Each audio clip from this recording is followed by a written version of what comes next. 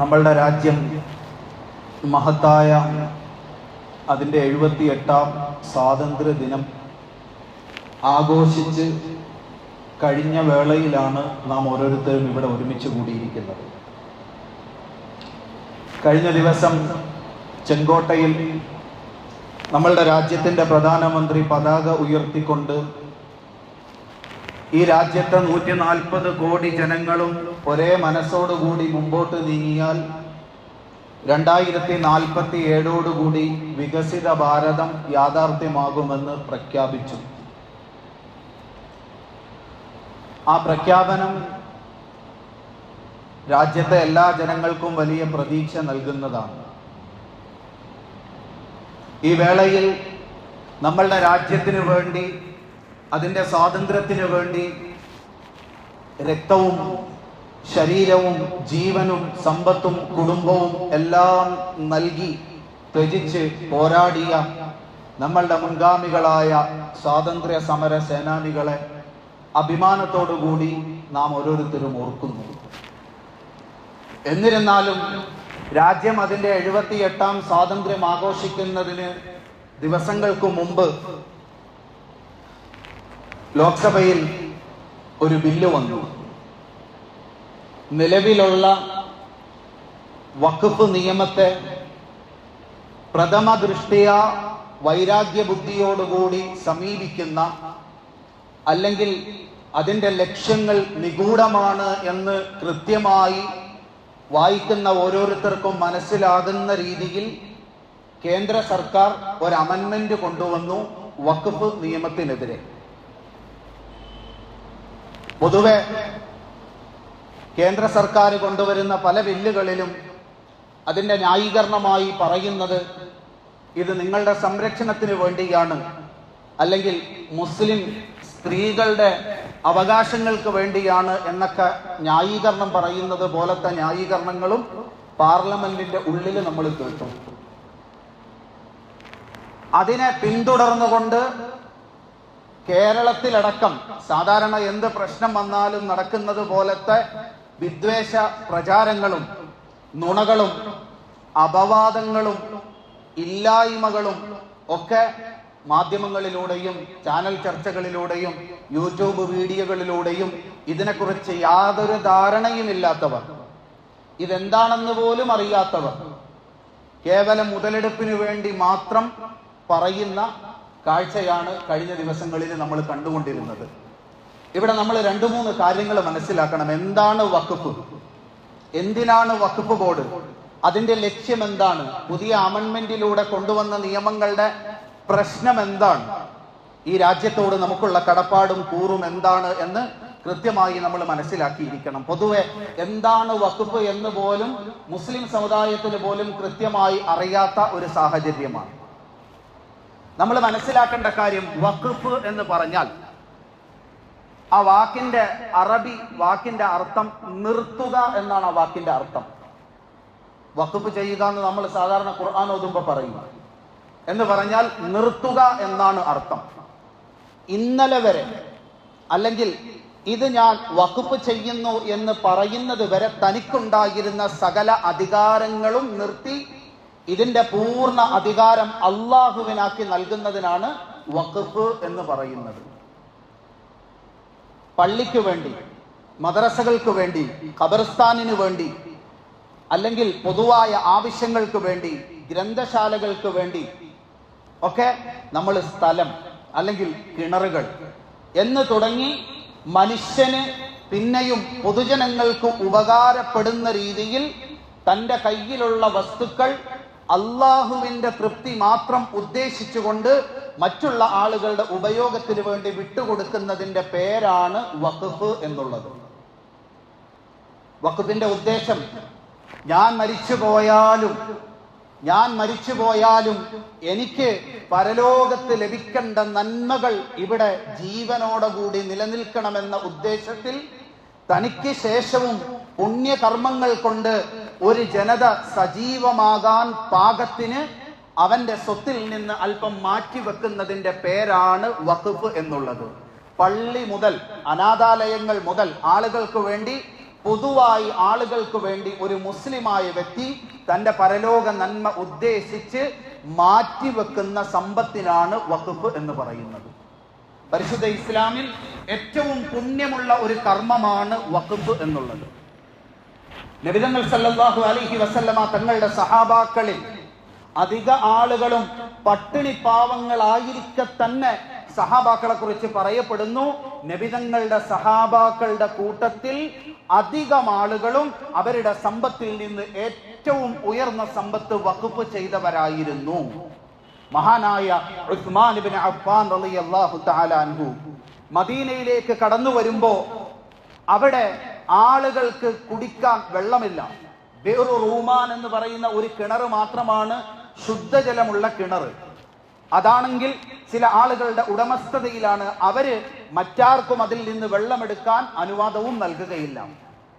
അള്ളാഹുവിന്റെ റസൂൽ സല്ലല്ലാഹു അലൈഹി വസല്ലമ തങ്ങൾ പറഞ്ഞു, ആരെങ്കിലും തൻ്റെ ഖാലിസായ സമ്പത്തിൽ നിന്ന്, അഥവാ യാതൊരു കളങ്കവുമില്ലാത്ത, താൻ അധ്വാനിച്ച് തൻ്റേതാണ് എന്ന് 100% ഉറപ്പ് പറയാൻ സാധിക്കുന്ന സമ്പത്തിൽ നിന്നത് വാങ്ങി അള്ളാഹുവിന്റെ തൃപ്തിക്ക് വേണ്ടി ഈ ജനങ്ങൾക്ക്, ഈ നാട്ടുകാർക്ക് പൊതുവായി ഉപയോഗിക്കാൻ ഈ കിണർ വിട്ടുകൊടുത്താൽ ഇതിനേക്കാൾ ഉയർന്നത് സ്വർഗത്തിൽ ലഭിക്കുമെന്ന് പറയുമ്പോൾ തന്റെ കയ്യിലുണ്ടായിരുന്ന 35,000 ദിർഹം നൽകി മഹാനായ ഉസ്മാൻ ഇബ്നു അഫ്ഫാൻ റളിയല്ലാഹു തആല അൻഹു ആ കിണർ വാങ്ങി വഖഫ് ചെയ്തതായി ചരിത്രത്തിൽ കാണാം. മഹാനായ ഉമർ ബിൻ ഖത്താബ് റളിയല്ലാഹു അൻഹു നബിതങ്ങളുടെ അടുക്കലേക്ക് വന്ന്, തങ്ങളെ ഖൈബറിൽ എനിക്കൽപ്പം സ്ഥലമുണ്ട്, ആ സ്ഥലമാണ് എൻ്റെ സമ്പാദ്യത്തിൽ ഏറ്റവും വിലയുള്ള സമ്പാദ്യം, ഞാൻ ആ സമ്പാദ്യം അള്ളാഹുവിന്റെ ഇഷ്ടത്തിന് വേണ്ടി വഖഫ് ചെയ്യാൻ ഞാൻ ആഗ്രഹിക്കുന്നു എന്ന് ഉമർ ബിൻ ഖത്താബ് റളിയല്ലാഹു തആല അൻഹു അള്ളാഹുവിന്റെ റസൂലിനോട് പറയുന്നു. ഈ സംഭവങ്ങളിൽ 2 കാര്യങ്ങൾ നമുക്ക് കാണാൻ സാധിക്കും. ഒന്ന്, നബിതങ്ങൾ പറഞ്ഞു, ആരെങ്കിലും തൻ്റെ ഖാലിസായ സമ്പത്തിൽ നിന്ന്, അഥവാ മറ്റൊരാളുടെ പിടിച്ചെടുത്ത സമ്പത്ത്, എന്തെങ്കിലും കളങ്കമുള്ള സമ്പത്ത്, അന്യായമായ വഴിയിലൂടെ സമ്പാദിച്ച സമ്പത്ത് വഖഫ് ചെയ്താൽ അത് വഖഫ് ആവൂല ഇസ്ലാമിക നിയമത്തിൽ. ഇവിടെ മുസ്ലിമീങ്ങളെ ആരുടെയൊക്കെയോ പിടിച്ചെടുത്ത് വെച്ചിട്ടുണ്ട് എന്നാണ് പ്രചരിപ്പിക്കുന്നത്. വഖഫിന്റെ അടിസ്ഥാന നിയമം, ഇസ്ലാമിൽ അറിയപ്പെട്ട ആദ്യത്തെ വഖഫിനെ കുറിച്ച് പറയുമ്പോൾ പറഞ്ഞു, ഖാലിസ മാലിഹി, അവന്റെ സ്വന്തം കളങ്കമില്ലാത്ത സമ്പത്തിൽ നിന്ന് വഖഫ് ചെയ്താൽ ഇതിന് കൂലി ലഭിക്കും, അല്ലെങ്കിൽ ഇത് വഖഫ് ആവുകയില്ല, അത് ചെയ്യുന്നവൻ കള്ളനാണ് ആകുന്നത് എന്ന് ഇസ്ലാമിൽ അറിയപ്പെട്ട ആദ്യത്തെ വഖഫിൽ തന്നെ അള്ളാഹുവിന്റെ റസൂൽ നിയമം പറഞ്ഞു. ഉമർ ബിൻ ഖത്താബ് റളിയല്ലാഹു അൻഹു വഖഫ് ചെയ്യുന്ന സമയത്ത് വഖഫിന്റെ ഏറ്റവും പ്രധാനപ്പെട്ട നിയമത്തെയും വ്യക്തമാക്കി. ലാ യുബാഉ, ഈ വഖഫ് ഒരു കാരണവശാലും ഒരിക്കലും വിൽക്കാൻ പാടില്ല. ഒരു സാധനം പള്ളിയുടെ ആവശ്യത്തിന് വേണ്ടി, അല്ലെങ്കിൽ അനാഥാലയത്തിന്റെ ആവശ്യത്തിന് വേണ്ടി, മദ്രസയുടെ ഖബർസ്ഥാനിന്റെ പൊതുവായ ആവശ്യങ്ങൾക്ക് വേണ്ടി വഖഫ് ചെയ്യപ്പെട്ട് കഴിഞ്ഞാൽ വൺസ് എ വഖഫ് ആൾവേസ് വഖഫ്, 2013 അമെൻമെന്റിൽ കൊണ്ടുവന്ന നിയമമാണത്. ഒരിക്കൽ വഖഫ് ചെയ്താൽ അതിന്റെ ഉടമസ്ഥൻ അള്ളാഹുവാണ്. പിന്നെ അത് വിൽക്കാൻ, അത് വെറുതെ കൊടുക്കാൻ, ദാനം ചെയ്യാൻ ആർക്കും അനുവാദമില്ല. ഇതാണ് വഖഫിന്റെ അടിസ്ഥാന നിയമം. പരലോകത്തെ പ്രതിഫലം ഉദ്ദേശിച്ച് മാത്രം ഒരു മുസ്ലിം ചെയ്യുന്ന കർമ്മമാണ്. അതുകൊണ്ട് വഖഫ് ബോർഡ് എന്ന് പറയുന്ന സംവിധാനം ഇന്ത്യയിൽ, ഇന്ത്യൻ മിലിറ്ററിയും റെയിൽവേയും കഴിഞ്ഞാൽ ഏറ്റവും കൂടുതൽ, ഏകദേശം 9 ലക്ഷം ഏക്കർ ഭൂമി കൈവശപ്പെടുത്തിയിരിക്കുന്ന ബോഡിയാണ് എന്ന് പറഞ്ഞാൽ ആരുടെയെങ്കിലും പിടിച്ചെടുത്തു എന്നല്ല അതിന്റെ അർത്ഥം. ഈ രൂപത്തിൽ ഉറുമ്പ് കൂട് കൂട്ടുന്നത് പോലെ നമ്മളുടെ മുൻഗാമികൾ, അത്താഴ പട്ടിണിക്കാരായ ആളുകൾ തങ്ങളുടെ മക്കൾക്ക് രാത്രി അത്താഴ കഞ്ഞി കൊടുക്കാൻ കൊണ്ടുവരുന്ന അരിയിൽ നിന്ന് ഓരോ വറ്റായി മാറ്റിവെച്ച് അത് ലേലം ചെയ്ത് വിറ്റ് കിട്ടുന്ന കാശ് കൊണ്ട് വാങ്ങി നമുക്ക് തന്നതാണ് ഇന്ന് നമ്മൾ ഉപയോഗിക്കുന്ന വഖഫിന്റെ സ്വത്തുക്കളായ പള്ളികളും ഖബർസ്ഥാനുകളും മദ്രസകളും എന്ന ബോധ്യം ആദ്യം നമുക്കുണ്ടാകണം. ഇന്ത്യയിൽ വഖഫിന്റെ നിയമം ബ്രിട്ടീഷുകാരാണ് ആദ്യം കൊണ്ടുവന്നത്. വഖഫിന്റെ നിയമം കൊണ്ടുവന്നതിന്റെ കാരണം നമ്മൾ വ്യക്തമായി മനസ്സിലാക്കണം. പലപ്പോഴും ആളുകൾ വഖഫ് ചെയ്യും, വഖഫ് ചെയ്ത ആള് മരണപ്പെട്ടു പോയി, അല്ലെങ്കിൽ അയാളുടെ അനന്തരാവകാശികൾ നാട് വിട്ടുപോയാൽ ഈ വഖഫിന്റെ മുതല് കൈകാര്യം ചെയ്യാൻ ആളില്ലാതെ കിടക്കും. അത് പതിയെ പതിയെ ആരെങ്കിലും കയ്യേറും. ഇങ്ങനെ ഒരു സാഹചര്യം ഇന്ത്യയിൽ ഉണ്ടായിരുന്നു. അല്ലെങ്കിൽ വഖഫ് ചെയ്ത ആള്, അയാള് കൈകാര്യം ചെയ്യാൻ ഏൽപ്പിച്ച ആള്, വഖഫ് ചെയ്ത വ്യക്തി എന്താണോ ഉദ്ദേശിച്ചത് ആ ഉദ്ദേശത്തിന് വിരുദ്ധമായി തന്റെ സാമ്പത്തിക നേട്ടത്തിനും ലാഭത്തിനും വേണ്ടി ഇത് ക്രയവിക്രയം ചെയ്യുന്ന ഒരു കാലം ഇന്ത്യയിൽ ഉണ്ടായിരുന്നു. ഇന്ന് നമ്മുടെ നാട്ടിലും പല സ്ഥലത്തും ഇത് നടക്കുന്നുണ്ട്. പല സ്ഥലത്തും പള്ളികളുടെ സമ്പത്ത്, പള്ളി കമ്മിറ്റിയിൽ ഇരിക്കുന്ന പ്രസിഡന്റ്, സെക്രട്ടറി, ഖജാൻജിമാര് സ്വന്തം ആവശ്യത്തിന് വേണ്ടി 10ഉം 50ഉം ലക്ഷം രൂപ കയ്യിലിരിക്കുന്നത് 2 ആഴ്ചത്തേക്ക് എടുത്ത് മറിച്ച് അതുകൊണ്ട് ഒരു 4-5 ലക്ഷം രൂപ ലാഭം ഉണ്ടാക്കിയിട്ട് പിന്നെ ഈ പള്ളിയുടെ മുതല് തിരിച്ചു വെക്കുന്ന കാഴ്ച. ഇനി ഇതെടുത്ത് മറിക്കുന്ന സമയത്ത് ഇത് കൈവിട്ടു പോയാൽ കള്ളക്കണക്കുണ്ടാക്കുന്ന കാഴ്ച ഇന്ന് പല പള്ളികളിലും വ്യാപകമാണ്. ഇതേ സാഹചര്യം ഇന്ത്യയിൽ അന്ന് നിലവിലുണ്ടായിരുന്നത് കൊണ്ടാണ് ബ്രിട്ടീഷുകാർ ഈ നിയമം കൊണ്ടുവന്നത്. 954 ഇന്ത്യൻ ഗവൺമെന്റ് വഖഫിന്റെ നിയമം പാസാക്കി. 964 അമെൻമെന്റ് കൊണ്ടുവന്ന് കുറച്ചുകൂടി ആ നിയമത്തെ സ്ട്രോങ് ആക്കി. 969 വീണ്ടും അമെൻമെന്റ് കൊണ്ടുവന്ന് പോരായ്മകൾ പരിഹരിച്ച് വഖഫിന്റെ സ്വത്ത് സംരക്ഷിക്കാനുള്ള കൂടുതൽ നിയമങ്ങൾ അതിലേക്ക് കൂട്ടിച്ചേർത്തു. അതിനുശേഷം 13 വർഷം ഇപ്പൊ JPCക്ക് വിട്ടിരിക്കുകയാണ്, ജോയിന്റ് പാർലമെന്ററി കമ്മിറ്റി. 13 വർഷം എടുത്ത് വ്യക്തമായി പഠനം നടത്തി പാർലമെന്റിന്റെ ഉള്ളിൽ നിന്ന് ജനങ്ങളിലേക്ക് ഇറങ്ങി വന്ന് വഖഫിനെ കുറിച്ചും അതിന്റെ നിയമങ്ങളെക്കുറിച്ചും ആവശ്യങ്ങളെക്കുറിച്ചും ഒക്കെ പഠനം നടത്തി 13 വർഷത്തെ പഠനത്തിന്റെ അടിസ്ഥാനത്തിൽ 984 അടുത്ത അമെൻമെന്റ് കൊണ്ടുവന്ന് കുറച്ചുകൂടി കെട്ടുറപ്പുള്ളതാക്കി വഖഫിന്റെ നിയമം. 1995 അടുത്ത അമെൻമെന്റ് കൊണ്ടുവന്നു. അതും വഖഫിന്റെ നിയമത്തെ കുറച്ചുകൂടി സംരക്ഷിക്കുന്നതായിരുന്നു. 2013 അന്നത്തെ പാർലമെന്റിന്റെ ഡെപ്യൂട്ടി ചെയർമാനായിരുന്ന റഹ്മാൻ ഖാന്റെ നേതൃത്വത്തിൽ ഇന്ത്യ മുഴുവൻ സഞ്ചരിച്ചു. ഇന്ത്യയിലെ ഓരോ സ്റ്റേറ്റുകളും ഓരോ ഗ്രാമങ്ങളും സഞ്ചരിച്ച് അവിടുത്തെ വഖഫിന്റെ മുതലുകൾ കൈകാര്യം ചെയ്യുന്ന രീതി, അവരുടെ അഭിപ്രായം, അവസ്ഥ, ഇത് മുഴുവൻ പരിഗണിച്ചതിന് ശേഷമാണ് അവസാനത്തെ അമെൻമെന്റ് കൊണ്ടുവന്ന് മറ്റാർക്കും കൈകടത്താൻ സാധിക്കാത്ത രീതിയിൽ വഖഫിന്റെ മുതലിനെ, അല്ലെങ്കിൽ ന്യൂനപക്ഷമായ ഒരു വിഭാഗം ജനതയുടെ സ്വന്തം സമ്പത്തിനെ ഗവൺമെന്റ് അതിലുള്ള കള്ളന്മാരായ ആളുകളും പുറത്തു നിന്നുള്ള കള്ളന്മാരായ ആളുകളും കൊള്ളയടിക്കുന്നതിൽ നിന്ന് സംരക്ഷിക്കുന്ന രീതിയിൽ 2013 അവസാനത്തെ അമെൻമെന്റ് കൊണ്ടുവന്നത്. ഈ അമെൻമെന്റുകളൊക്കെ നിലവിലുള്ള നിയമത്തിന്റെ പോരായ്മകൾ പരിഹരിച്ച് ഇതിനെ കുറച്ചുകൂടെ ബലമുള്ളതാക്കാനാണ്. കാരണം വഖഫ് ബോർഡ് രൂപീകരിച്ചതിന്റെയും വഖഫ് നിയമം കൊണ്ടുവന്നതിന്റെയും ലക്ഷ്യം അന്യാധീനപ്പെട്ടു പോകുന്ന ആളുകൾ കയ്യേറുന്ന വഖഫിന്റെ ഭൂമി തിരിച്ചു പിടിക്കുകയും ഈ വഖഫ് ചെയ്ത വ്യക്തിയുടെ ഉദ്ദേശം കൃത്യമായി നടപ്പിലാക്കുന്നുണ്ടോ എന്ന് നിരീക്ഷിക്കുകയും ചെയ്യാൻ വേണ്ടിയാണ്. പക്ഷേ കഴിഞ്ഞ ആഴ്ച കൊണ്ടുവന്ന അമെൻമെന്റ് വായിച്ചാൽ വഖഫ് ബോർഡിന്റെ കയ്യിലിരിക്കുന്ന ഭൂമി എങ്ങനെങ്കിലും തിരിച്ചു പിടിക്കാനും ആളുകൾക്ക് കയ്യേറാനുമുള്ള വാതില് തുറന്നിട്ട് കൊടുക്കാൻ വേണ്ടി ഇന്ത്യയുടെ ചരിത്രത്തിൽ ആദ്യമായി ഈ 6-7 അമെൻമെന്റുകളും വഖഫിന്റെ നിയമത്തെ ബലം കൂട്ടാനുള്ളതാണെങ്കിൽ വഖഫിന്റെ നിയമത്തെ തന്നെ ഇല്ലാതാക്കി കളയാൻ, അത് കേവലം ഒരു കടലാസ് ബോഡിയാക്കി മാത്രം വഖഫ് ബോർഡിനെ ചുരുക്കാൻ വേണ്ടിയാണ് പുതിയ അമെൻമെന്റ് കൊണ്ടുവന്നത് എന്ന് നമുക്ക് കാണാൻ സാധിക്കും. ഇവിടെ നമ്മൾ മനസ്സിലാക്കേണ്ട 2-3 കാര്യങ്ങളുണ്ട്. ഒന്നാമതായി ഞാൻ പറഞ്ഞു, വഖഫിന്റെ ഭൂമി എന്ന് പറഞ്ഞാൽ അത് മുസ്ലിം സമുദായം, മുസ്ലിമായ വ്യക്തി അദ്ദേഹം തന്റെ മരണാനന്തരം പ്രതിഫലം ലഭിക്കുന്നതിന് വേണ്ടി മാത്രം ദാനം ചെയ്ത മുതലാണ്.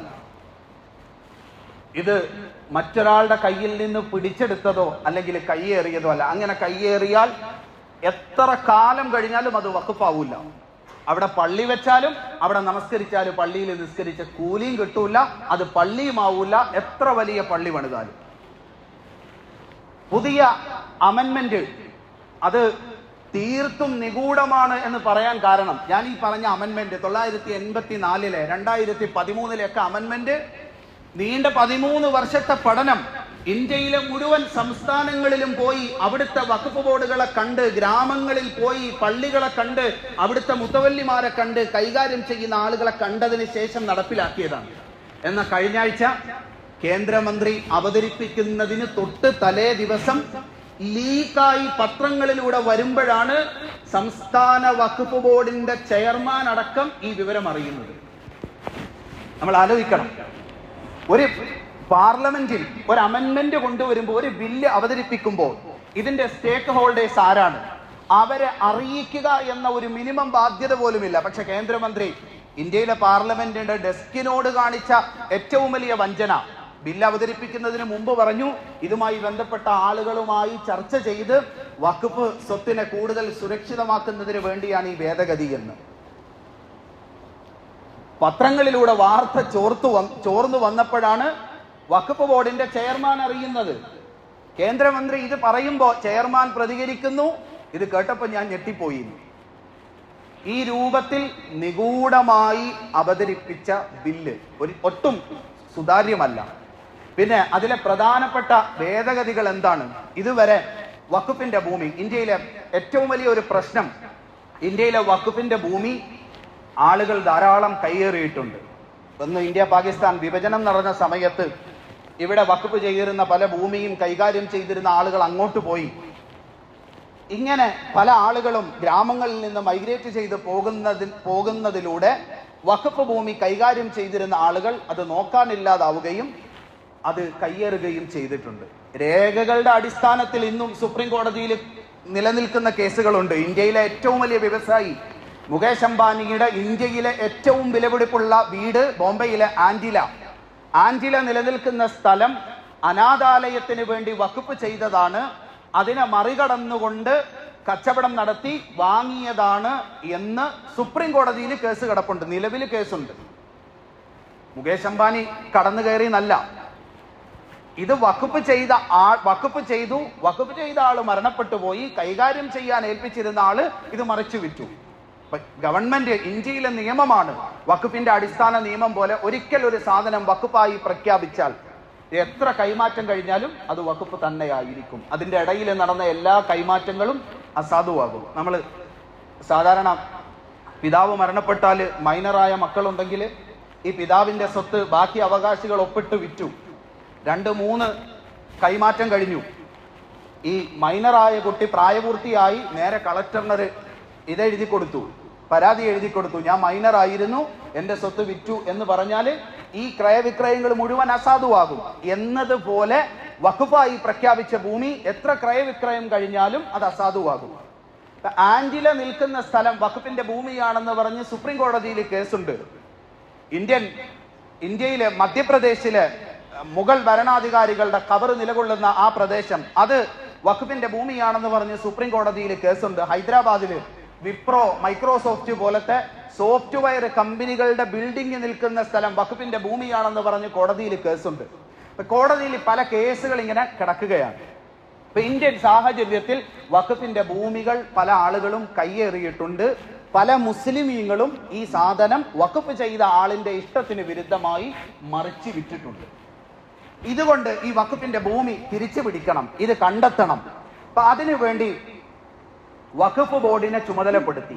വഖഫ് ബോർഡ് സാധാരണ ചെയ്യുന്നത്, ഒരു ഭൂമി വഖഫാണ് എന്ന് തീരുമാനിച്ചാൽ 3 മാസം പരാതിയൊന്നും വന്നില്ലെങ്കിൽ, 1 വർഷം വരെ പരാതി കേൾക്കാൻ സമയം കൊടുക്കും. പരാതിയൊന്നും വന്നില്ലെങ്കിൽ 3 മാസത്തിനുള്ളിൽ അത് രജിസ്റ്റർ ചെയ്യും. അതിന്റെ മുകളിൽ വഖഫ് ട്രൈബ്യൂണൽ ഉണ്ട്. അതിന്റെ മുകളിൽ ഹൈക്കോടതിയിൽ വഖഫിന്റെ ബെഞ്ചുണ്ട്. അതിന്റെ ഈ മുകളിൽ സുപ്രീം കോടതിയുണ്ട്. ഇതാണ് നിലവിലെ ഇന്ത്യയിലെ വഖഫിന്റെ അവസ്ഥ. ഇവിടെ നമ്മൾ മനസ്സിലാക്കണം, ഇപ്പോ വഖഫ് ഭൂമി കണ്ടെത്തി അത് രജിസ്റ്റർ ചെയ്യാനുള്ള അവകാശം വഖഫ് ബോർഡിൽ നിന്ന് ജില്ലാ കളക്ടറിലേക്ക് മാറ്റി. എന്താ ഇവിടുത്തെ പ്രശ്നം? നമുക്കറിയാം, ജില്ലാ കളക്ടർ എന്ന് പറഞ്ഞാല് ഒരു ജില്ലയുടെ സുപ്രീം അതോറിറ്റിയാണ്. ഒരു ജില്ലയിലെ മുഴുവൻ കാര്യങ്ങളുടെയും ഉത്തരവാദിയാണ്. വലിയ തിരക്കുള്ള ആളാണ് ജില്ലാ കളക്ടർ. കളക്ടറേറ്റിൽ ഒരു പേപ്പർ നീക്കാൻ എന്തെങ്കിലും ഒരു ആവശ്യത്തിന് പോയാൽ എത്ര പ്രാവശ്യം കയറി ഇറങ്ങണം എന്ന് നമുക്കറിയാം. ആരാധനാലയങ്ങൾ, ഏത് മതങ്ങളുടെ ആരാധനാലയങ്ങൾ പണിയാനാണെങ്കിലും കളക്ടറുടെ ഉത്തരവ് വേണം എന്ന നിയമമുണ്ട് ഇവിടെ. എത്ര പേർക്ക് കിട്ടി എന്ന് നമുക്കറിയാം. അപ്പൊ സ്വാഭാവികമായും കളക്ടറിന്റെ അടുക്കലേക്ക് ഈ വഖഫിന്റെ ഒരു ഇത് വന്നാൽ അദ്ദേഹം സ്വാഭാവികമായും ഒരു ഡെപ്യൂട്ടി കളക്ടറിന് കൊടുക്കും. ഡെപ്യൂട്ടി കളക്ടറും ഒരു ജില്ലയിൽ ഏറ്റവും തിരക്കുള്ള മനുഷ്യനാണ്.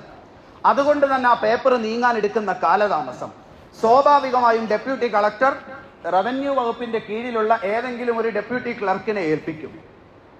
ഒരു സമുദായത്തിന്റെ മുഴുവൻ അല്ലെങ്കിൽ ഭരണഘടന അതീവ പ്രാധാന്യം നൽകുന്ന ഒരു ന്യൂനപക്ഷ വിഭാഗത്തിന്റെ മതപരമായ സമ്പത്ത് അതേതെങ്കിലും റവന്യൂ ഡിപ്പാർട്ട്മെന്റിന്റെ ഒരു ഡെപ്യൂട്ടി ക്ലർക്കിന്റെ ഒരു ബെഞ്ചിലേക്ക് ഒതുങ്ങിപ്പോകുന്ന രീതിയിൽ അതിന്റെ വ്യവഹാരം ചെന്നെത്തുക എന്ന് പറഞ്ഞാൽ അതിലെടുക്കുന്ന കാലതാമസം, അതിൽ വരാൻ സാധ്യതയുള്ള കൃത്രിമത്വം, അതിന്റെ പേരിൽ ആ സിംഗിൾ ബെഞ്ചിലേക്ക് വരാൻ സാധ്യതയുള്ള പരാതികളുടെ പ്രവാഹം, ഇത് വലിയ രീതിയിൽ ദോഷം ചെയ്യും. അപ്പൊ വഖഫ് ബോർഡിനെ ഏൽപ്പിച്ചു എന്ന് പറഞ്ഞാൽ അതിന്റെ അർത്ഥം കാണുന്നതൊക്കെ വഖഫ് ബോർഡ് കയറി ഇത് ഞങ്ങളുടേതാണെന്ന് പറയുക എന്നല്ല. അന്യാധീനപ്പെട്ടു പോയ കയ്യേറിയ വഖഫിന്റെ ഭൂമി തിരിച്ചു പിടിക്കുക എന്നുള്ളതാണ്. അത് കളക്ടറെ ഏൽപ്പിച്ചാൽ ഭാരത്തിന്റെ മുകളിൽ ഭാരവുമായി നിൽക്കുന്ന കളക്ടറേറ്റിലേക്ക് അത് പോയാൽ അതിലുണ്ടാകുന്ന സ്വാഭാവിക കാലതാമസവും പൊതുവായി മുഴുവൻ അന്വേഷിച്ച് ഒരു വലിയ ബോഡി കൂടി തീരുമാനിക്കേണ്ട വിഷയം ഏതെങ്കിലും ഡെപ്യൂട്ടി ക്ലർക്കിന്റെ ബെഞ്ചിലേക്ക് മാത്രം ഒതുങ്ങിപ്പോവുകയും ചെയ്യുന്ന സുതാര്യതയില്ലായ്മ ഈ ഒരൊറ്റ നിയമം കൊണ്ട് വരും. രണ്ടാമത്തെ വിഷയം, ഇവിടെ പ്രചരിപ്പിക്കുന്ന ഒരു കാര്യം, ഇവിടെ വഖഫ് ട്രൈബ്യൂണൽ ഉണ്ട്, അപ്പം വഖഫ് ബോർഡ് നാളെ ഇത് ഞങ്ങളുടേതാണെന്ന് പറഞ്ഞാൽ നേരെ വഖഫ് ട്രൈബ്യൂണലിന്റെ അടുക്കലേക്ക് പോകും. ട്രൈബ്യൂണലിന്റെ വിധിയാണ് അന്തിമം. ഇത് മാറ്റണം എന്നാണ് എല്ലാവരുടെയും ആവശ്യം. അങ്ങനെയാണ് ഇവിടെ അവതരിപ്പിക്കുന്നത്. നമ്മൾ മനസ്സിലാക്കണം, ട്രൈബ്യൂണൽ ലോകത്ത് സ്ഥാപിക്കുന്നത് പല ജനാധിപത്യ രാജ്യങ്ങളിലും ചില പ്രത്യേക വിഷയങ്ങൾക്ക് വേണ്ടി ട്രൈബ്യൂണൽ സ്ഥാപിക്കാറുണ്ട്. സാധാരണ കോടതി വ്യവഹാരത്തിനെടുക്കുന്ന കാലതാമസത്തിന്റെ പേരിൽ പെട്ടെന്ന് തീർപ്പാക്കേണ്ട കേസുകൾക്ക് പ്രത്യേക ട്രൈബ്യൂണൽ സ്ഥാപിക്കും. ഇപ്പൊ ഇന്ത്യയിൽ പോക്സോ നിയമത്തിന് വേണ്ടി അതിവേഗ പോക്സോ കോടതിയുണ്ട്. കാരണം സാധാരണ കോടതിയിൽ പോയാൽ ഇതിന്റെ വിചാരണ ഹിയറിംഗ് നടന്ന് വിധി വരാൻ 6-7 കൊല്ലമെടുക്കും എന്ന് പറഞ്ഞതുപോലെ ട്രൈബ്യൂണൽ എന്ന് പറഞ്ഞാൽ വഖഫിന്റെ കേസ് മാത്രം കൈകാര്യം ചെയ്യുന്നതിന് വേണ്ടി പ്രത്യേകം സ്ഥാപിച്ചതാണ്. ലോകത്തെല്ലാ രാജ്യങ്ങളിലും ന്യൂനപക്ഷങ്ങളുടെയും അല്ലെങ്കിൽ അതിപ്രാധാന്യമുള്ള വിഷയങ്ങൾക്ക് പ്രത്യേക ട്രൈബ്യൂണൽ ഉണ്ട്. ഈ ട്രൈബ്യൂണൽ അന്തിമമല്ല. ഈ ട്രൈബ്യൂണൽ നമ്മൾ ചെറിയ കോടതിയിൽ പോകുന്നത് പോലെ ട്രൈബ്യൂണലിലേക്ക് പോകുന്നു. ട്രൈബ്യൂണലിന്റെ വിധി നമുക്ക് പറ്റുന്നില്ലെങ്കിൽ ഹൈക്കോടതിയിൽ പോകാം, അതുമല്ലെങ്കിൽ സുപ്രീം കോടതിയിൽ പോകാമെന്നിരിക്കെ ഇവിടെ പ്രചരിപ്പിക്കുന്നത്, വാർത്ത വായിക്കുന്നവർ, ചർച്ചകളിൽ വന്നിരുന്ന് വിഷയം അവതരിപ്പിക്കുന്നവർ, തർക്കിക്കുന്നവരൊക്കെ നമ്മളോട് പറയുന്നത് വഖഫ് ട്രൈബ്യൂണലാണ് അന്തിമ വിധിയെടുക്കുന്നത്, അതുകൊണ്ട് ഇത് സുതാര്യമല്ല എന്നാണ്. ഇത് തീർത്തും വ്യാജമായ പ്രചരണമാണ്. പിന്നെ വഖഫ് ബൈ യൂസ് എന്ന് പറയുന്ന ഒരു ഭാഗമുണ്ട്. അഥവാ കൃത്യമായ രജിസ്റ്റർ ചെയ്ത രേഖകളില്ലാത്ത വഖഫിന്റെ സ്ഥലങ്ങൾ. ഇതിന്റെ കാരണം ഇന്ത്യ പാകിസ്ഥാൻ വിഭജനം നടന്നപ്പോൾ അത് കൈകാര്യം ചെയ്തിരുന്ന ആളുകൾ പലരും രേഖകളുമായിട്ട് അങ്ങോട്ട് പോയി. ഇന്ത്യയിൽ രേഖയില്ല. ഇന്ത്യയിലെ പല സംസ്ഥാനങ്ങളിലും വർഷാവർഷം വലിയ പ്രളയം വരുന്നതാണ്. ചെറിയ വീടുകളിൽ താമസിക്കുന്നവരുടെ വീടിന്റെ ആധാരം പോലും വെള്ളത്തിൽ ഒലിച്ചു പോകുന്ന പല സംസ്ഥാനങ്ങളും അതിർത്തി പ്രദേശങ്ങളിലുണ്ട്. അങ്ങനത്തെ സ്ഥലങ്ങളിൽ ഉള്ള രേഖയും കിട്ടുകയില്ല. മൂന്നാമത്തെ പ്രശ്നം, ഇന്ത്യയിലെ അധിക സ്ഥലങ്ങളിലും സ്വന്തം പേര് പോലും എഴുതാൻ അറിയാത്ത, അത്ര പോലും വിദ്യാഭ്യാസമില്ലാത്ത ആളുകളാണ്. അവർക്ക് ഈ രേഖ, രജിസ്ട്രേഷൻ, ഇതിനെക്കുറിച്ച് ഒരു ധാരണയുമില്ലാതെ കഴിയുന്ന വെറും നിരക്ഷരരായ ജനങ്ങൾ ഇപ്പോഴുമുണ്ട്. കഴിഞ്ഞ കാലത്ത് കൂടുതലായിരുന്നു. ഇവരും സാധാരണ ഇത് രജിസ്റ്റർ ചെയ്യൂല. നമ്മുടെ നാട്ടിൽ തന്നെ ഇപ്പൊ വാപ്പ മരണപ്പെടുന്ന സമയത്ത് സ്വത്ത് വീതിക്കുമ്പോൾ ഈ സ്ഥലം അത് എൻ്റെ വസീയത്താണ്, അത് പള്ളിക്ക് കൊടുത്തേക്കണം എന്ന് പറയും. ഇപ്പൊ മക്കൾ വീതം വെക്കുമ്പോൾ ആ സ്ഥലം അവിടെ ഇട്ടേക്കും. അത് ചിലപ്പോൾ പള്ളിയുടെ ആവശ്യത്തിന് ഉപയോഗിക്കും, അല്ലെങ്കിൽ ഖബർസ്ഥാനായിട്ട് ഉപയോഗിക്കും. ഇങ്ങനെ പല ആവശ്യത്തിന് വേണ്ടി ഉപയോഗിക്കും. അല്ലെങ്കിൽ പഴയ കാലത്തൊക്കെ ഇന്ത്യയിലും നമ്മുടെ കേരളത്തിലടക്കം പല രാജാക്കന്മാരും അവർക്ക് രോഗം വരുന്ന സമയത്തൊക്കെ കേരളത്തിലും ഇന്ത്യയുടെ പല ഭാഗങ്ങളിലും ഉണ്ടായിരുന്ന പല മുസ്ലിം സിദ്ധന്മാരും അവരുടെ പ്രാർത്ഥന കൊണ്ട്, മന്ത്രം കൊണ്ട്, മരുന്ന് കൊണ്ടൊക്കെ രോഗം മാറ്റിക്കൊടുത്തതിന് പ്രത്യുപകാരമായി കുറെ സ്ഥലം കൊടുക്കും, നിങ്ങൾ ഉപയോഗിച്ചോ എന്ന് പറഞ്ഞു. ഈ സ്ഥലങ്ങളൊക്കെ വഖഫ് ബൈ യൂസ് എന്നാണ് അറിയപ്പെടുന്നത്. ചില കാരണങ്ങളുടെ പേരിൽ രേഖയുണ്ടാക്കിയില്ല. പക്ഷെ ഇന്നലെയോ മെനഞ്ഞാന്നോ അല്ല, 100, 200, 300 വർഷമായി ഉപയോഗിക്കുന്ന സ്ഥലങ്ങൾ. ഈ സ്ഥലത്തിനെതിരെ ആരെങ്കിലും പരാതിയുമായിട്ട് വന്നാൽ ഇത് വഖഫ് അല്ലാതായി മാറും എന്ന ഒരു കാര്യം കൂടെ പുതിയ അമെൻമെന്റിലുണ്ട്. പല പള്ളികളും പല ഖബർസ്ഥാനിലെയും ഖബറുകൾ കുഴിച്ച് വെളിയിലിടേണ്ട അവസ്ഥയിലേക്ക് ഈ നിയമത്തെ വ്യാപകമായി ദുരുപയോഗം ചെയ്യാനുള്ള സാധ്യത ഇന്ത്യയുടെ ഇന്നത്തെ നിലവിലെ അവസ്ഥയിൽ നമുക്കൊക്കെ അറിയാം. അടുത്ത വിഷയം, പ്രത്യേക ഒരു കാര്യം കൂടി വെച്ചു. മുസ്ലിമായ ആർക്കും വഖഫ് ചെയ്യാമായിരുന്നു. ഇപ്പോ 5 വർഷം പ്രാക്ടീസിങ് മുസ്ലിമായ ഒരു മനുഷ്യന് മാത്രമേ വഖഫ് ചെയ്യാൻ പറ്റൂ. അങ്ങനെ വരുമ്പോ ഇന്ത്യയിലെ പല സ്ഥലങ്ങളിലും വഖഫ് ചെയ്ത പല ഭൂമികളും കൈയേറാൻ വളരെ എളുപ്പമാണ്. പലപ്പോഴും രാജാക്കന്മാരായിരിക്കും ചെയ്തത്. അവര് ചിലപ്പോൾ പ്രാക്ടീസിങ് മുസ്ലിം ആയിരിക്കണം എന്നില്ല. 18 വയസ്സായ ഒരു മനുഷ്യൻ അവനൊരു കാര്യം വഖഫ് ചെയ്യണമെങ്കിൽ 5 വർഷം 23 വയസ്സ് വരെ മുസ്ലിമായി ജീവിച്ചാൽ മാത്രമേ അവന് വഖഫ് ചെയ്യാൻ പറ്റൂ. 21ാമത്തെ വയസ്സിൽ ഇവൻ മരണപ്പെട്ടു പോയാൽ എന്ത് ചെയ്യും? ഭരണഘടന ഇന്ത്യയിലെ പൗരന് നൽകുന്ന അടിസ്ഥാന അവകാശം, അവന്റെ മത നിയമം അനുസരിച്ച് കാര്യങ്ങൾ ചെയ്യാൻ, കാര്യങ്ങൾ കൈമാറ്റം ചെയ്യാൻ, മതപരമായ അവന്റെ വിശ്വാസം, ക്രയവിക്രയങ്ങൾ നടത്താനുള്ള അടിസ്ഥാന അവകാശത്തിന്റെ മേലുള്ള കടന്നുകയറ്റമാണിത്. അപ്പൊ ഇങ്ങനെ നമ്മൾ ചിന്തിക്കാത്ത രീതിയിൽ ഇവിടെ ബാബരി മസ്ജിദ് ഒഴികെ സ്വാതന്ത്ര്യം ലഭിക്കുന്ന സമയത്ത് ഇന്ത്യയിൽ ഉണ്ടായിരുന്ന എല്ലാ ആരാധനാലയങ്ങളുടെയും അതിന്റെ സ്റ്റാറ്റസ് കോ നിലനിർത്തണമെന്ന് നിയമമുള്ള രാജ്യത്ത് തർക്കം അതിനു മുമ്പേ തുടങ്ങിയതാണ് എന്ന് പറഞ്ഞ് ഇന്നും പല പള്ളികളുടെ അടി കുഴിക്കാൻ ഇറിഗേഷൻ ഡിപ്പാർട്ട്മെന്റിന് അല്ലെങ്കിൽ ആർക്കിയോളജിക്കൽ സർവേ ഓഫ് ഇന്ത്യക്ക് കോടതി അനുവാദം കൊടുക്കുന്ന ഒരു രാജ്യത്ത് ഈ നിയമങ്ങൾ എത്ര വ്യാപകമായി ദുരുപയോഗം ചെയ്യുമെന്ന് നമ്മൾ ആലോചിക്കണം. ഇപ്പോ അടുത്ത ഒരു നിയമം കൂടി കൊണ്ടുവന്നു. MLA-മാരും MP-മാരെയും ഒക്കെ തെരഞ്ഞെടുക്കുമ്പോൾ 2 അമുസ്ലിങ്ങളും കൂടെ വേണം. ഗവൺമെന്റ് നമുക്ക് തന്ന ഏതെങ്കിലും സമ്പത്താണെങ്കിൽ ഓക്കെ, പറയുന്നതിന് ന്യായമുണ്ട്. മുസ്ലിമീങ്ങളുടെ സമ്പത്ത് അതെങ്ങനെ കൈകാര്യം ചെയ്യണം, എങ്ങനെ ക്രയവിക്രയം ചെയ്യണമെന്ന് കൃത്യമായ നിയമമുണ്ട്. അങ്ങനെ ഒരു ന്യൂനപക്ഷത്തിന്റെ സമ്പത്ത് കൈകാര്യം ചെയ്യാൻ ന്യൂനപക്ഷ വിഭാഗത്തിൽ പെടാത്ത 2 ആളുകൾ കടന്നു വരിക എന്ന് പറഞ്ഞാൽ 2 കാര്യങ്ങൾ നമ്മൾ പ്രത്യേകം മനസ്സിലാക്കണം. ഇന്ത്യയിലെ വഖഫ് ബോർഡുകളുടെ പണി ഈ വഖഫിന്റെ സ്വത്ത് സംരക്ഷിക്കൽ മാത്രമല്ല, മറിച്ച് വഖഫുമായി ബന്ധപ്പെട്ട സ്ഥലങ്ങളിലുള്ള തർക്കങ്ങൾ, ഇന്ത്യയിലെ 100 കണക്കിന് പള്ളികളിൽ 100 കണക്കിന് വിഭാഗങ്ങളും ഉപവിഭാഗങ്ങളുമായ മനുഷ്യര് പരസ്പരം പള്ളികളിൽ തർക്കിക്കും, അടിക്കും, ബഹളം വെക്കും. മയ്യത്തടക്കുന്ന വിഷയത്തിൽ കുത്തുബ അറബിയിൽ ഓതണോ മലയാളത്തിൽ ഓതണോ എന്ന് തുടങ്ങി 100 കണക്കിന് തർക്കങ്ങൾ നടക്കും. ഈ തർക്കങ്ങൾക്ക് സൊല്യൂഷൻ കണ്ടെത്തണമെങ്കിൽ ഈ വഖഫ് ബോർഡിന്റെ പ്രതിനിധികളാണ് വരുന്നത്.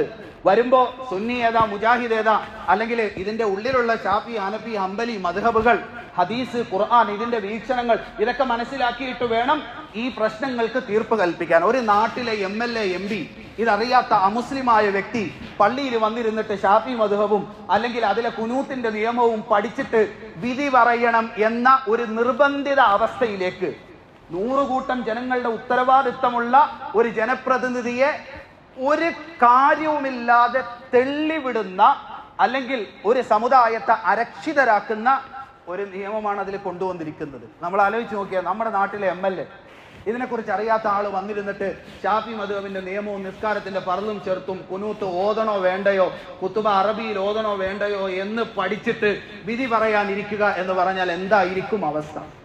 ഈ രൂപത്തിൽ സുതാര്യമല്ലാത്ത രീതിയിൽ പ്രഥമ ദൃഷ്ടിയ മുസ്ലിം സമുദായത്തെ അകറ്റി നിർത്തുന്നതിന് വേണ്ടി മാത്രം രൂപീകരിക്കപ്പെട്ട ബില്ല് എന്നാണ് നമ്മൾ മനസ്സിലാക്കുന്നത്. അപ്പൊ ഈ ബില്ല് പാർലമെന്റിലെ എതിർപ്പ് കാരണം ഭരണഘടനയ്ക്ക് തീർത്തും വിരുദ്ധമാണ്. അതുകൊണ്ട് കോടതിയിൽ ഇത് ചലഞ്ച് ചെയ്യപ്പെടുമെന്ന ഉത്തമ ബോധ്യമുണ്ടായിരിക്കെ ഇങ്ങനെ ഒരു ബില്ല് കൊണ്ടുവരികയും അതിന് പിന്നാലെ പിറ്റേ ദിവസം മുതൽ എല്ലാ മാധ്യമങ്ങളും പോളറൈസേഷന്റെ ഭാഗമായി മനുഷ്യനെ തമ്മിലടിപ്പിക്കുന്ന പരിപാടി ഇവിടെ തുടങ്ങി വെച്ചു. കാരണം പല സംസ്ഥാനങ്ങളിലും ഇലക്ഷൻ വരികയാണ്. അങ്ങനെ ഇരിക്കുമ്പോഴാണ് ഹിൻഡൻബർഗ് റിസർച്ച് എന്ന് പറയുന്ന അമേരിക്കയിലെ ഒരു സ്ഥാപനം അന്ന് വൈകിട്ട് ട്വിറ്ററിൽ ഒരു ട്വീറ്റ് ചെയ്തു, സംതിങ് ബിഗ് സൂൺ ഇന്ത്യ. ഇത് കേട്ടപ്പോ, ഈ ട്വീറ്റ് കണ്ടപ്പോ ഇവിടെ പലരുടെയും കൈയും കാലും ഒക്കെ വിറച്ചു. കാരണം ഹിൻഡൻബർഗ് ഇതിനു മുമ്പ് ട്വീറ്റ് ചെയ്തത് നമുക്കറിയാം. ഇന്ത്യയിലെ ഏറ്റവും പ്രമുഖനായ ഒരു വ്യവസായി, സർക്കാരിനോട് ഏറ്റവും ചേർന്ന് നിൽക്കുന്ന വ്യവസായി, അദ്ദേഹം ടാക്സ് വെട്ടിക്കുന്നതിനും അദ്ദേഹത്തിന്റെ ഷെയർ മാർക്കറ്റിലെ ഓഹരികൾ പെരുപ്പിച്ച് കാണിക്കുന്നതിനും വേണ്ടി നടത്തിയ ചില ഇടപാടുകളെ കുറിച്ചാണ് ഹിൻഡൻബർഗ് അന്ന് റിപ്പോർട്ട് പുറത്തുവിട്ടത്. പക്ഷെ ഈ പ്രാവശ്യം അതിനേക്കാൾ വലിയ ഇടപാടിനെ കുറിച്ചാണ് ഹിൻഡൻബർഗ് പുറത്തുവിട്ടത്. ഇവിടെ അദാനി പോലത്തെ വലിയ വലിയ കോർപ്പറേറ്റുകൾ ഇന്ത്യയുടെ വെളിയിൽ ഷെൽ കമ്പനികൾ രൂപീകരിക്കുകയും ആ കമ്പനികളിലേക്ക് വലിയ രൂപത്തിൽ ഇവിടെ നിന്ന് കാശ് നിക്ഷേപിക്കുകയും തിരിച്ച് ആ കമ്പനികളിൽ നിന്ന് മറ്റൊരു കമ്പനിയിലേക്ക്, അതിൽ നിന്ന് ഇവിടുത്തെ ആദ്യത്തെ കമ്പനിയിലേക്ക് കാശ് നിക്ഷേപിക്കുകയും അതിലൂടെ ടാക്സ് വെട്ടിക്കുകയും തന്റെ ഓഹരിയുടെ മൂല്യം പെരുപ്പിച്ച് കാണിക്കുകയും അതിന്റെ അടിസ്ഥാനത്തിൽ രാജ്യത്തെ പൊതുമേഖലാ ബാങ്കുകളിൽ നിന്ന് വലിയ രീതിയിലുള്ള വായ്പകൾ എടുക്കുകയും ചെയ്യുന്ന ഒരു സമ്പ്രദായം ഇവിടെ നിലനിൽക്കുന്നു. എന്താ ഇതിന്റെ പ്രശ്നം? നമ്മൾ വഖഫിന്റെ ഭൂമിയൊക്കെ തിരിച്ചു പിടിക്കണം, തിരിച്ചു പിടിക്കുന്നത് രാജ്യത്തോടുള്ള കടമയാണെന്നൊക്കെയാണ് ഓരോരുത്തർ പ്രസ്താവന ഇറക്കിയിരിക്കുന്നത്. ഇവിടുത്തെ പ്രശ്നം എന്താണ്? അദാനി എങ്ങാണം പൊട്ടിപ്പോയാൽ ഇന്ത്യയിലെ ബാങ്കുകൾ മുഴുവൻ നഷ്ടത്തിലായി പോകുന്ന രീതിയിൽ, നമ്മൾ സാധാരണ ബാങ്കിൽ നിന്ന് എന്തെങ്കിലും ലോൺ എടുക്കാൻ പോകുമ്പോൾ ആധാരം വെച്ചിട്ടാണ് ലോൺ എടുക്കുന്നത്. ഈ ലോൺ നമ്മൾ തിരിച്ചടച്ചില്ലെങ്കിൽ ഈ ആധാരം വെച്ച് ബാങ്കിന് റിക്കവറി ചെയ്തെടുക്കാം.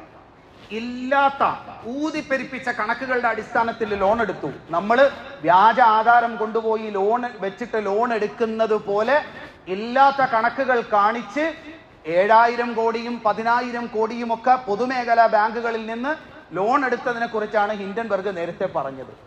ഇപ്രാവശ്യം ഹിൻഡൻബർഗ് പറഞ്ഞത് ഇന്ത്യയിൽ സെബി എന്ന് പറയുന്ന ഒരു റെഗുലേറ്ററി ബോഡിയുണ്ട്. റിസർവ് ബാങ്ക് പോലെ തന്നെ, അല്ലെങ്കിൽ അർത്ഥ, മജിസ്ട്രേറ്റ്, ലെജിസ്ലേറ്റീവ്, ജുഡീഷ്യറി അധികാരമുള്ള ഒരു ബോഡിയാണ്. ഈ ബോഡിയാണ് ഇന്ത്യയിലെ ഷെയർ മാർക്കറ്റ്, സാമ്പത്തിക കൈമാറ്റങ്ങൾ ഇതുമായി ബന്ധപ്പെട്ട എല്ലാ കാര്യങ്ങളെയും നിയന്ത്രിക്കുന്നതും നിയമം വെക്കുന്നതും സുരക്ഷിതത്വം നൽകുന്നതും. അതിന്റെ ചെയർപേഴ്സൺ ഈ കമ്പനികളിൽ ഇൻവോൾവ്ഡ് ആണ് എന്ന അതീവ ഗൗരവമായ ഇന്ത്യൻ ഷെയർ മാർക്കറ്റിനെ തന്നെ പിടിച്ചുകുലുക്കാൻ സാധ്യതയുള്ള ഒരു വിവരം ഹിൻഡൻബർഗ് പുറത്തുവിട്ടു. നമ്മൾ മനസ്സിലാക്കണം, ഈ ഹിൻഡൻബർഗ് എന്ന് പറഞ്ഞാൽ അത് പെരുങ്കള്ളനാണ്. ഈ കള്ളപ്പണം മാത്രം കയ്യിൽ വെച്ചേക്കുന്നവരുടെ കയ്യിൽ നിന്ന് കട്ടെടുക്കുന്ന കള്ളനാണ് ഹിൻഡൻബർഗ്. അപ്പൊ അവര് ഓരോ കമ്പനികളെ കുറിച്ച് പഠിക്കുന്നത് തന്നെ ഷോർട്ട് സെല്ലിംഗ് നടത്തി അവര് വ്യാജമായി കാശ് അടിച്ചെടുക്കാനാണ്. അവർക്ക് ഇന്ത്യയോ ഏത് രാജ്യം അവർക്ക് വിഷയമല്ല. ഏതെങ്കിലുമൊക്കെ രാജ്യങ്ങളിലെ കമ്പനികൾ ഫ്രോഡ് പരിപാടി കാണിച്ചാൽ അവരെ പിടിക്കുന്നതിന് വേണ്ടിയാണ് ഹിൻഡൻബർഗ് ഇത് പഠിക്കുന്നതും അവരുടെ കയ്യിൽ നിന്ന് ഷോർട്ട് സെല്ലിങ്ങിലൂടെ അവരുടെ ഓഹരികളുടെ വലിയ സമ്പത്ത് കൈക്കലാക്കുന്നതിനാണ് ഇവരിത് പഠിക്കുന്നത്. അപ്പം ഇന്ത്യയുടെ സെബി എന്ന് പറയുന്ന ഇന്ത്യൻ വ്യവസായത്തിന്റെ മുഴുവൻ സുരക്ഷിതത്വം കയ്യിലിരിക്കുന്ന ഏജൻസിയുടെ ചെയർപേഴ്സണായ മാധവി ബുച്ചിനെതിരെ ഹിൻഡൻബർഗ് റിപ്പോർട്ട് പുറത്തുവിട്ടതോടുകൂടി ഈ വഖഫിന്റെ നിയമത്തിന്റെ പിന്നിലുള്ള പോളറൈസേഷൻ അടങ്ങി. നമ്മളിവിടെ മനസ്സിലാക്കേണ്ട ഒരു കാര്യം, 1,20,000 കോടിയാണ് സർക്കാരിന്റെ കണക്ക് പ്രകാരം വഖഫിന്റെ ആസ്തി. ഇവിടെ ഹിൻഡൻബർഗ് പുറത്തുവിട്ട റിപ്പോർട്ട് അനുസരിച്ച് വ്യാജ ആധാരം കാണിച്ച് ഇന്ത്യയിലെ പൊതുമേഖലാ ബാങ്കുകളിൽ നിന്ന് കടമെടുക്കുക എന്ന് പറഞ്ഞാൽ അതിന്റെ ഗൗരവം മനസ്സിലാക്കണം. 2016 മാർച്ച് 2 വിജയ് മല്യ ഇന്ത്യയിൽ നിന്ന് ലണ്ടനിലേക്ക് നാടുവിട്ടത്. ഇന്ത്യയിലെ ബാങ്കുകൾക്ക് 9,000 കോടി രൂപയാണ് അദ്ദേഹം കൊടുക്കാനുള്ളത്. 2016 മാർച്ച് 2 അന്നും അദ്ദേഹം പാർലമെന്റിൽ MP ആയിട്ടുണ്ടായിരുന്നു. പാർലമെന്റിൽ നിന്ന് വൈകുന്നേരം ഇറങ്ങി എയർപോർട്ടിൽ പോയിട്ടാണ് ലണ്ടനിലേക്ക് കടന്നു കളഞ്ഞത്. ഇന്ന് അവിടെ പോയി 100 കോടിയുടെ 30 ഏക്കറിൽ 100 കോടിയുടെ ബംഗ്ലാവിൽ 900 കോടി ഇന്ത്യൻ പബ്ലിക് സെക്ടർ ബാങ്കുകളുടെ കാശുമായിട്ട് അദ്ദേഹം കഴിയുന്നു. 2017 ജനുവരിയിൽ നീരവ് മോഡി ഇന്ത്യയിൽ നിന്ന് ബ്രിട്ടനിലേക്ക് നാടുകടന്നു. പഞ്ചാബ് നാഷണൽ ബാങ്കിന്റെ മാത്രം 11,000 കോടി. മറ്റ് ബാങ്കുകൾക്കൊക്കെ ആയിട്ട് എത്ര കോടിയാണ് കൊടുക്കാനുള്ളതെന്ന് അറിയില്ല.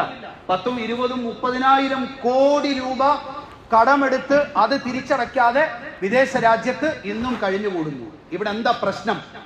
പബ്ലിക് സെക്ടർ ബാങ്കുകളിൽ നിന്ന് ആരെങ്കിലും ഇങ്ങനെ കോടികൾ വായ്പയെടുത്ത് കൊള്ളയടിച്ച് നാട് വിട്ടുപോയാൽ ഗവൺമെന്റ് ആ നഷ്ടം നികത്തും. 2017 സെൻട്രൽ ഗവൺമെന്റിന് പബ്ലിക് സെക്ടർ ബാങ്കുകളിൽ റീക്യാപിറ്റലൈസേഷൻ പോളിസി ഉണ്ടായിരുന്നു, മൂലധനം തിരിച്ചു കൊടുക്കൽ.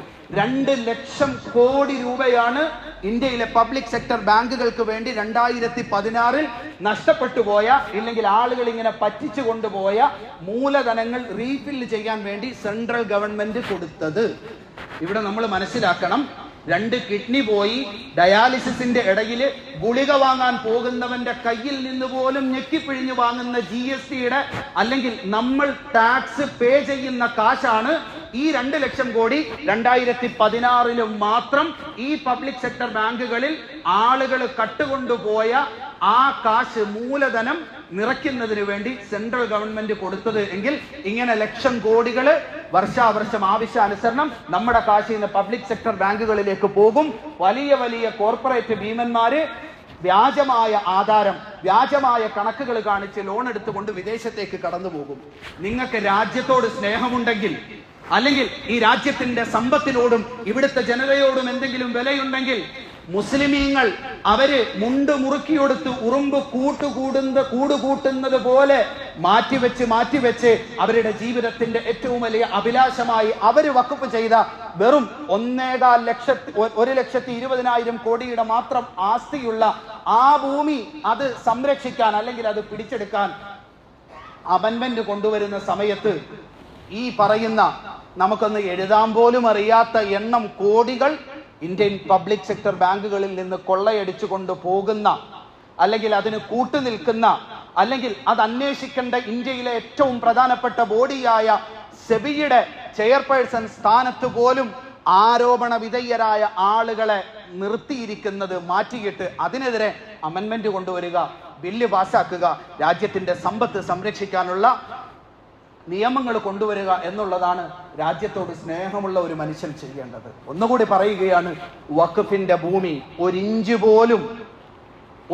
പോലും വഖഫ് ചെയ്യാത്ത മുസ്ലിങ്ങളല്ലാത്ത ആളുകളുടെ ഭൂമി മുസ്ലിമീങ്ങൾക്ക് വേണ്ട എന്ന് മാത്രമല്ല, അത് വഖഫ് ആവുകയുമില്ല.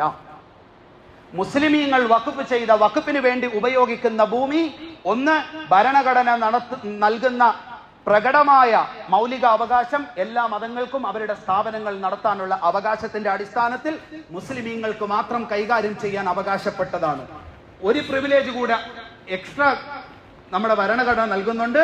പ്രത്യേകിച്ച് ന്യൂനപക്ഷ വിഭാഗങ്ങൾ അവരുടെ ഭൂമി, അവരുടെ സ്ഥലം അത് സ്വന്തമായി നടത്താൻ, കൈകാര്യം ചെയ്യാൻ, രാജ്യത്തിനെതിരാകാത്ത രീതിയിൽ അവരുടെ ആരാധനകൾ നടപ്പിലാക്കാൻ ഇന്ത്യയുടെ ഭരണഘടന പിൻബലം നൽകുന്ന ഒരു വിഷയമാണ് എന്ന് കൃത്യമായി മനസ്സിലാക്കുക. വഖഫ് എന്താണ് എന്നും